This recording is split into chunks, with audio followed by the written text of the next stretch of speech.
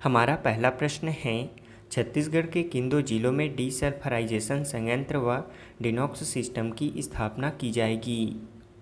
इसका right answer है option B, Korba व जांजगीर चांपा जिले में। कोरबा व जांजगीर चांपा जिले के ताप विद्युत गृहों में डीसल्फराइजेशन संयंत्र व डिनॉक्स सिस्टम की स्थापना की जाएगी।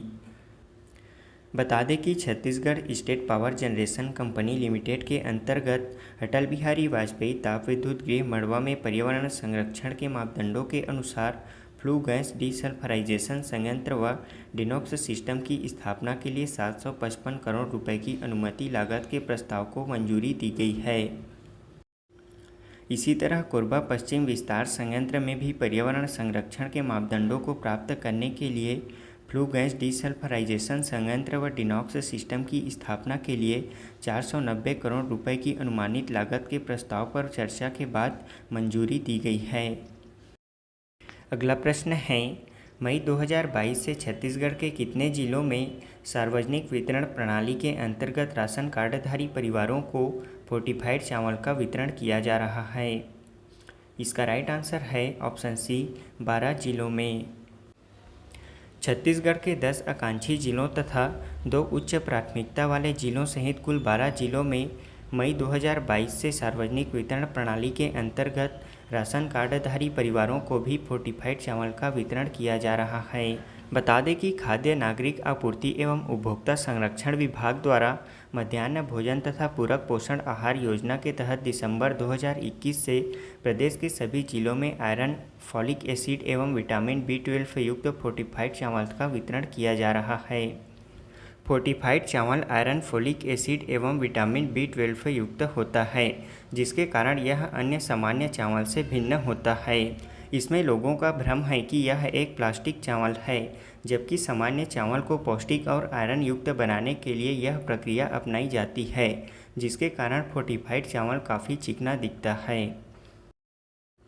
अगला प्रश्न है, छत्तीसगढ़ के निवासी CRPF कोबरा बटालियन के शहीद आरक्षक का क्या नाम है, जिन्हें अदम्य साहस एवं वीरता के लिए हाल ही में राष्ट्रपति रामनाथ कोविंद ने शौर्य चक्र से सम्मानित किया है? इसका राइट आंसर है ऑप्शन डी, पूर्णानंद साहू। राजनांदगांव जिले के ग्राम जगदलपुर निवासी CRPF कोबरा बटालियन के आरक्षक शहीद पूर्णानंद साहू को मरणोपरांत उनके अदम्य साहस एवं वीरता के लिए राष्ट्रपति रामनाथ कोविंद ने शौर्य चक्र से सम्मानित किया है। शहीद पूर्णानंद साहू को शौर्य चक्र प्राप्त होने पर उनके गांव राजनांदगांव जिले के जंगलपुर में गौरव कार्यक्रम का आयोजन किया गया था। बता दें कि CRPF के 204 कोबरा बटालियन के आरक्षक पूर्णानंद साहू ने अपनी जान की परवाह न करते हुए नक्सलियों की फायरिंग का मुंहतोड़ जवाब दिया था। इस दौरान वे गंभीर रूप से जख्मी हुए थे और वे अंतिम सांस तक बड़ी जाबाजी से नक्सलियों के फायरिंग का जवाब देते रहे। अगला प्रश्न है, हाल ही में छत्तीसगढ़ से राज्यसभा की 2 सीटों पर कांग्रेस के 2 प्रत्याशी निर्वाचित हुए हैं। इनके नाम हैं, इसका राइट आंसर है ऑप्शन बी, राजीव शुक्ला व रंजीत रंजन। छत्तीसगढ़ से राज्यसभा की दोनों सीटों पर कांग्रेस को जीत हासिल हुई है। इसमें राज्यसभा के द्विवार्षिक निर्वाचन में राजीव शुक्ला एवं रंजीत रंजन निर्वाचित हुए हैं। उन्हें इसके लिए प्रमाण पत्र भी सौंप दिया गया है। अब छत्तीसगढ़ में कांग्रेस से राज्यसभा के 4 सदस्य राजीव शुक्ला, रंजीत रंजन, KTS तुलसी एवं फूलो देवी नेताम हैं। इस प्रकार पहली बार राज्यसभा की 5 में से 4 सीटों पर कांग्रेस का कब्जा हो गया है। इसमें राजीव शुक्ला यूपी से हैं और रंजीत रंजन बिहार से। बता दें कि राज्यसभा में छत्तीसगढ़ की 5 सीटें हैं। अभी तक इनमें 2 पर भाजपा और 3 पर कांग्रेस के सांसद हैं। 29 जून को भाजपा के रामविचार नेताम और कांग्रेस की छाया वर्मा का कार्यकाल पूरा हो जाएगा और उनकी जगह पर कांग्रेस के ये 2 नए सांसद शामिल होंगे। अगला प्रश्न है, हाल ही में प्रदेश के किस जिले के 3 महिलाओं ने नेशनल पावर लिफ्टिंग चैंपियनशिप में स्वर्ण पदक जीता है? इसका राइट आंसर है ऑप्शन सी, कोरिया जिला। नेशनल पावर लिफ्टिंग चैंपियनशिप में कोरिया जिले की 3 महिलाओं ने जीत दर्ज कर महिला शक्ति का परचम लहराया है। इनके नाम हैं पटवारी आशा भगत, व्याख्याता शालिनी खलखो और गृहिणी आशा मिंज। यहाँ के कलेक्टर कुलदीप शर्मा ने खेल अधिकारियों को आगामी महीने में जिले में विभिन्न खेलों में प्रतियोगिताएं आयोजित करने के निर्देश दिए हैं। अगला प्रश्न है, किस भारतीय खिलाड़ी ने लगातार 20 वर्षों तक यूनिसेफ के सद्भावना राजदूत बने रहने का रिकॉर्ड बनाया है? इसका राइट आंसर है ऑप्शन डी, सचिन तेंदुलकर ने। भारत के महान क्रिकेटर सचिन तेंदुलकर ने लगातार 20 वर्षों तक यूनिसेफ के गुडविल एम्बेसडर बने रहने का रिकॉर्ड कायम किया है।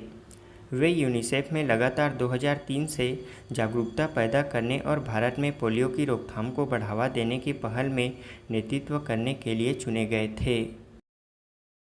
अगला प्रश्न है, टाइम्स बिजनेस पुरस्कार 2022 किस भारतीय युवा महिला उद्यमी ने जीता है?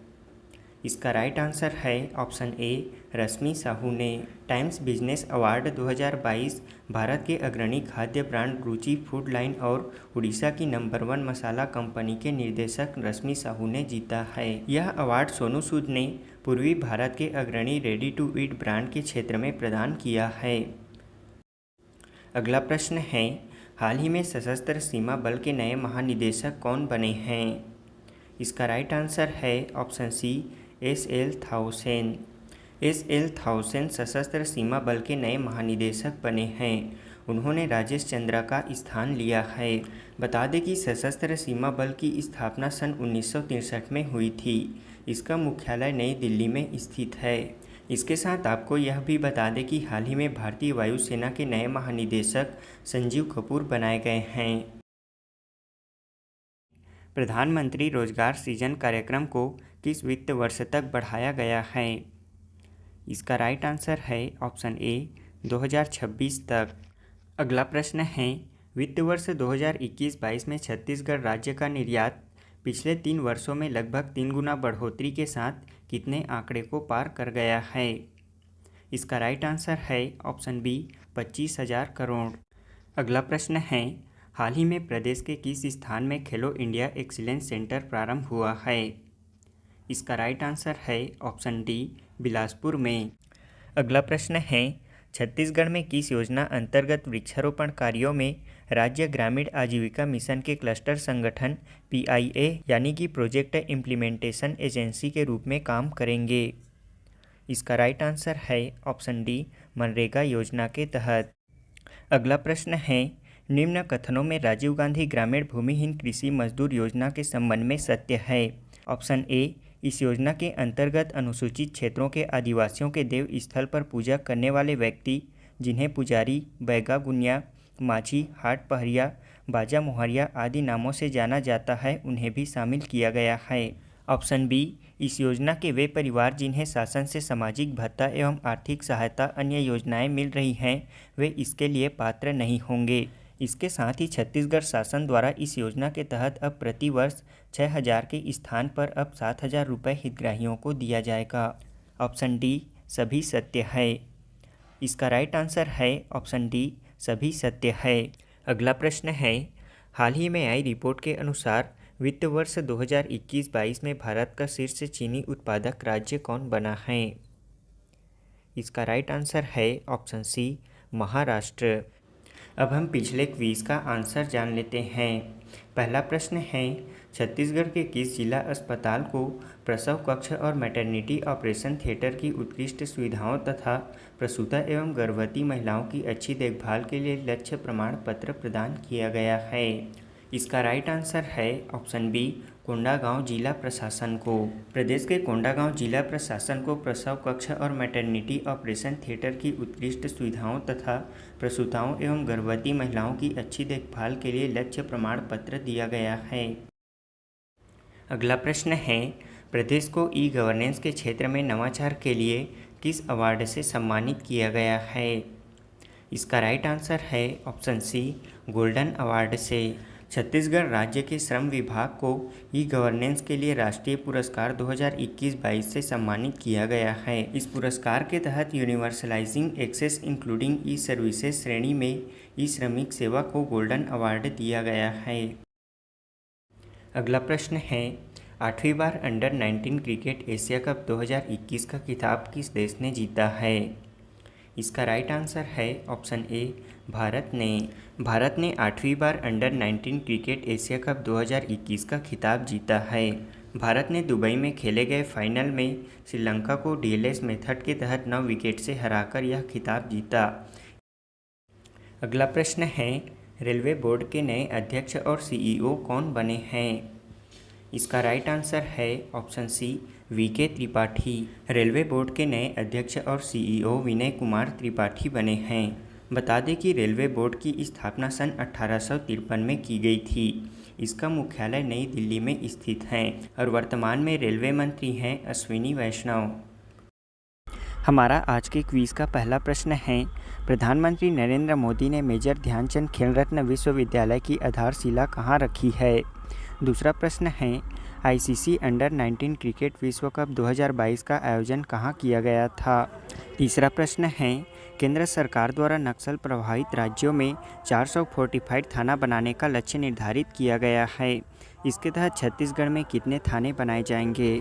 चौथा प्रश्न है, नीति आयोग द्वारा जारी आकांक्षी जिलों की डेल्टा रैंकिंग में स्वास्थ्य और पोषण के क्षेत्र में छत्तीसगढ़ का कौन सा जिला शीर्ष स्थान पर रहा है?